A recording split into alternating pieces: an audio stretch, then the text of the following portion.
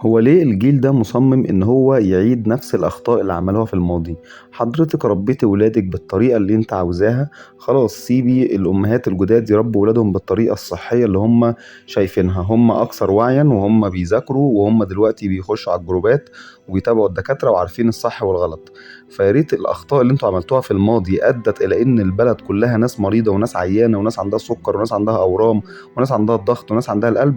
يا ريت نبطل بقى العادات السيئة اللي انتوا عملتوها زمان وتسيبونا نربي ولادنا بالطريقة اللي احنا عاوزينها وبالطريقة الصحية السليمة المدروسة بناء على تعليمات الأطباء والدكاترة والباحثين والناس المتخصصين.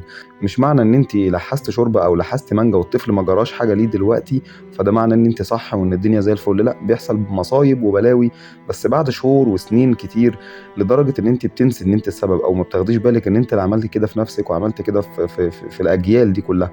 فأتمنى كل واحد يسيب الناس تربي عيالهم بنفسهم. دايما الأمهات والحموات والجدات الناس الكبيرة دي ربنا يبارك فيهم، لكن عندهم بعض العادات والتقاليد السيئة الخاطئة طبيا وصحيا. يا ريت نتخلص منها ونبطل إن احنا نعمل العادات دي. ربنا يحفظ ولادكم جميعا، وأتمنى إن انتوا لو الفيديو عجبكم تشيروه عشان خاطر نفيد ناس كتير غيرنا.